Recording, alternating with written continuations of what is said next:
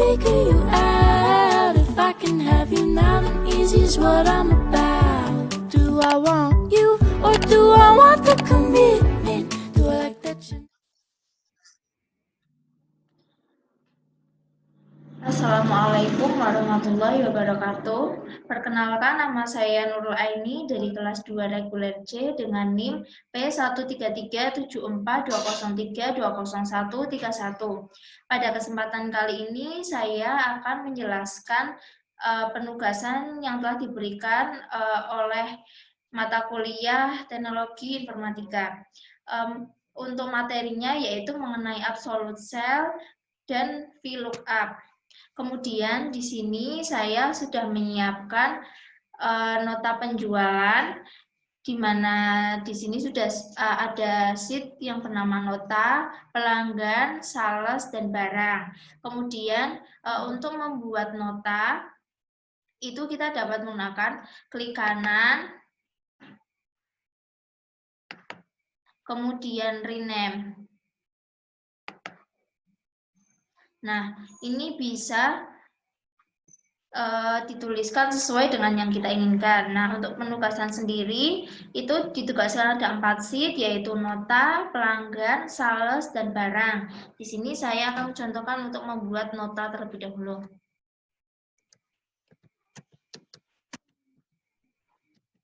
Baik, seperti ini. Lalu dapat dilanjutkan pada pelanggan, sales, dan barang seperti yang sudah saya lakukan tadi. Kemudian di bagian nota, di sini sudah ada kode pelanggan, nama pelanggan, alamat, kemudian kode sales, nama sales, tanggal. Kemudian di bawah ini terdapat tabel di mana di dalamnya ada kode barang, nama barang, satuan, harga, jumlah, kemudian ada subtotal. Kemudian untuk bagian sheet kedua yaitu di pelanggan. Di bagian pelanggan terdapat tabel di mana isinya ada kode pelanggan, nama pelanggan, alamat, kemudian nomor HP. Untuk kode pelanggan sendiri di sini sudah saya tuliskan yaitu P001, P002, kemudian P003, P004, dan P005. Kemudian untuk nama pelanggan yaitu di sini sudah ada Apotek Ika Farma yang beralamat di Keraton Roll.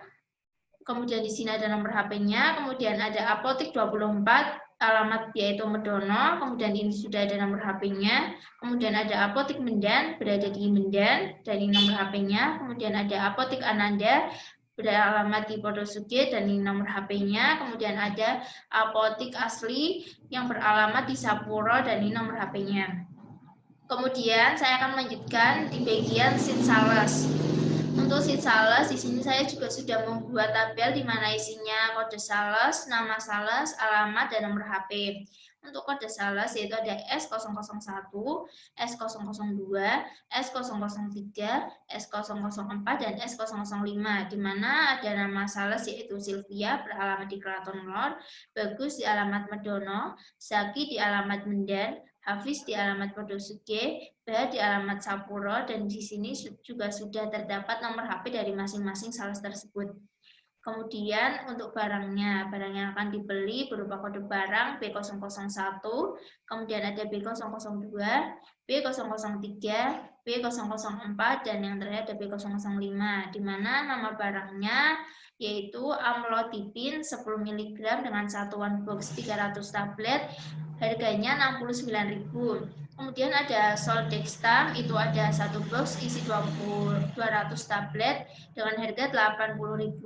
Kemudian ada Metformin 500 mg, sebox isi 200 tablet di mana harganya 100.000.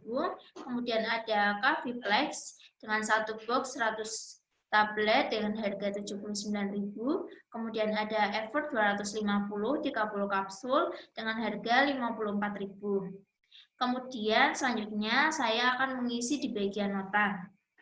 Untuk bagian nota, pertama-tama saya akan mengisi bagian kode pelanggan. Di bagian kode pelanggan ini saya menggunakan drop down list. di mana sebelum itu karena laptop saya tidak bisa untuk manual, maka saya tidak bisa untuk langsung, maka saya akan menggunakan ketikan manual. Untuk pertama-tama yaitu buka terlebih dahulu bagian sheet pelanggan.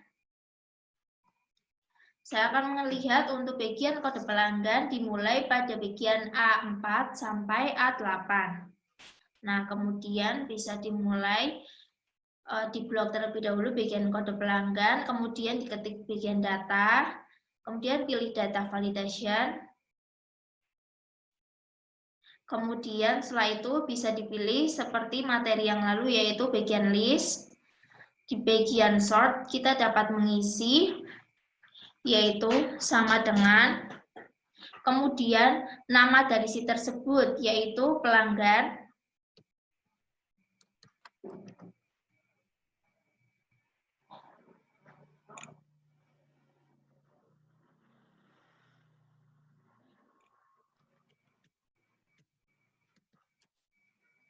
kemudian tanda seru. Selanjutnya A4 karena dimulai pada tabel nomor A4. Kemudian sampai A8. Kemudian di bagian tengah A4 kita ketik F4.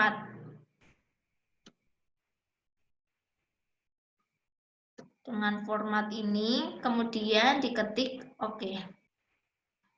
Nah, sudah. Selanjutnya kita dapat mengisi kode pelanggan yaitu kode P01. Kemudian untuk nama pelanggan sendiri menggunakan VLOOKUP di mana rumusnya yaitu sama dengan VLOOKUP, kemudian nama pelanggan, selanjutnya titik koma, dilanjutkan di bagian pelanggan, kita memblok seluruh tabel. Nah, setelah tertulis tabel 4, kemudian titik koma lagi, karena kita membutuhkan nama pelanggan, maka kita mengetik yaitu nomor 2, kemudian titik koma, dan dilanjutkan dengan false. Nah, sudah, kemudian tutup kurung. Kemudian selanjutnya di enter. Nah, karena di sini terdapat error ataupun tidak terbaca, maka selanjutnya kita menggunakan fungsi if error, di mana rumus if error ini sendiri yaitu dipergunakan untuk memperbaiki agar suatu rumus dapat terbaca. Untuk if error sendiri rumusnya yaitu tetap sama dengan if error.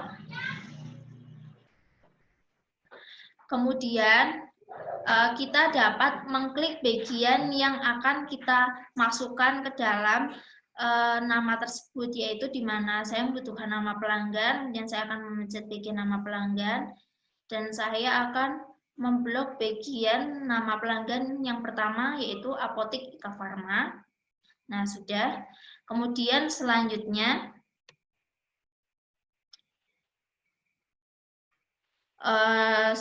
yaitu titik koma, kemudian petik 2, dan di bagian akhir dilanjutkan dengan petik 2 dan tutup kurung. Selanjutnya enter. Nah, sudah, maka dapat terbaca kembali yaitu Apotik Ika Pharma. Untuk yang bawah menggunakan rumus seperti tadi juga, dan kita mencoba apakah rumus tersebut dapat terbaca atau tidak, yaitu sama dengan VLOOKUP, kemudian alamat, lalu titik koma, kemudian karena ini pelanggan, kita klik pelanggan, kemudian kita klik seluruh tabelnya, kemudian titik koma, karena kita membutuhkan alamat, maka kita memilih tabel nomor 3, sehingga dituliskan yaitu nomor 3. Setelah itu titik koma lagi, dan false. kemudian tutup kurung, dan enter. Nah, dapat kita melihat bahwa di sini juga tidak dapat terbaca. Oleh karena itu, kita masukkan kembali rumus if error agar alamat tersebut dapat terbaca kembali. Untuk rumusnya seperti tadi, yaitu if error, kemudian masukkan bagian yang akan kita masukkan, yaitu alamat apotek Ika Pharma berada di Keraton Lor. Kemudian setelah itu titik koma, lalu tanda petik 2, dilanjutkan tanda petik 2, dan tutup kurung. Nah, kemudian selanjutnya yaitu enter. Nah, dapat kita lihat alamatnya dapat terbaca. Kemudian untuk kode sales sendiri seperti menggunakan kode pelanggan, yaitu menggunakan data validation atau drop-down list. Untuk itu, karena pada laptop saya tidak bisa menggunakan secara langsung, saya akan menuliskan secara manual. Untuk pertama-tama, kita melihat terlebih dahulu sheet bagian sales. Nah, sheet bagian sales untuk kode sales dimulai pada nomor A2 sampai A6. Maka kemudian kita lanjutkan untuk menulis, kemudian kita blok kode sales, lalu pilih data validation. Kita isi seperti tadi, yaitu pilih bagian list, kemudian data source, kita pilih sama dengan, kemudian tulis untuk sales sendiri, nama sheet-nya,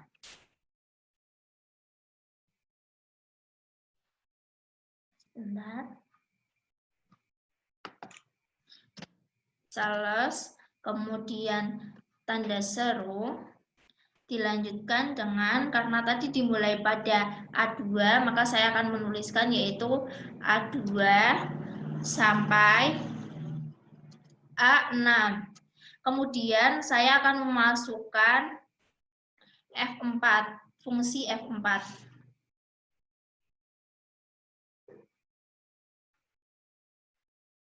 F4. Nah, kemudian diklik OK. Baik, ini sudah terlihat. Kemudian saya isikan untuk kode sales pertama, yaitu S001. Kemudian untuk nama sales menggunakan rumus VLOOKUP seperti yang tadi, yaitu sama dengan VLOOKUP, kemudian nama sales, selanjutnya titik koma, dilanjutkan di bagian sales, blok seluruh tabel, kemudian titik koma. Karena kita akan menggunakan nama sales, maka di bagian tabel nomor 2, sehingga kita menuliskan nomor 2. Kemudian titik koma dan fax. Nah, kemudian tutup kurung dan enter. Nah, dapat kita lihat seperti tadi bahwa nama sales pun rumusnya tidak terbaca. Oleh karena itu, kita memasukkan fungsi if error agar rumus tersebut dapat terbaca. Kita masukkan seperti tadi, yaitu if error. Kemudian kita buka bagian sales, sheet sales, kemudian pilih nama yang akan kita masukkan, yaitu Sylvia. Nah, kemudian setelah itu titik koma, petik 2, dilanjutkan di bagian akhir diberi petik 2, dan tutup kurung. Kemudian kita dapat mengenternya. Nah, sudah dapat masuk namanya, yaitu Sylvia. Kemudian untuk bagian tanggal kita isikan hari ini, di mana hari ini yaitu saya mengisi pada tanggal 08 garis miring 09 pada bulan September garis miring 2021. Nah, sudah. Kemudian setelah itu saya akan mengisi bagian kode barang. Untuk kode barang sendiri itu menggunakan rumus drop down list. Untuk membuat rumus tersebut, untuk pertama yaitu blok terlebih dahulu seluruh isi tabelnya. Kemudian setelah itu klik data, pilih data validation, kemudian klik data validation. Kemudian saya akan pilih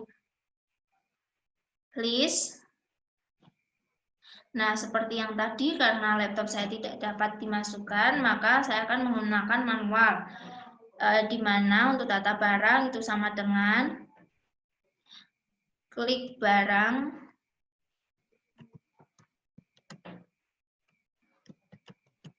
kemudian tanda seru. Setelah itu untuk bagian barang sendiri dimulai pada bagian karena kita membutuhkan kode seperti kita dapat lihat tadi, yaitu dimulai pada A2 sampai A6. Maka kita tuliskan yaitu A2 hingga A6. Kemudian di bagian tengah kita beri F4 dan F4. Kemudian pilih OK. Baik, sudah. Kemudian kita akan isi satu persatu terlebih dahulu. Untuk kode barang pertama, saya mengisi B001. Untuk kode barang kedua, saya mengisi B002. Untuk kode barang ketiga, saya mengisi kodenya yaitu B003. Untuk kode barang yang keempat, saya mengisi B004 dan seterusnya hingga selesai.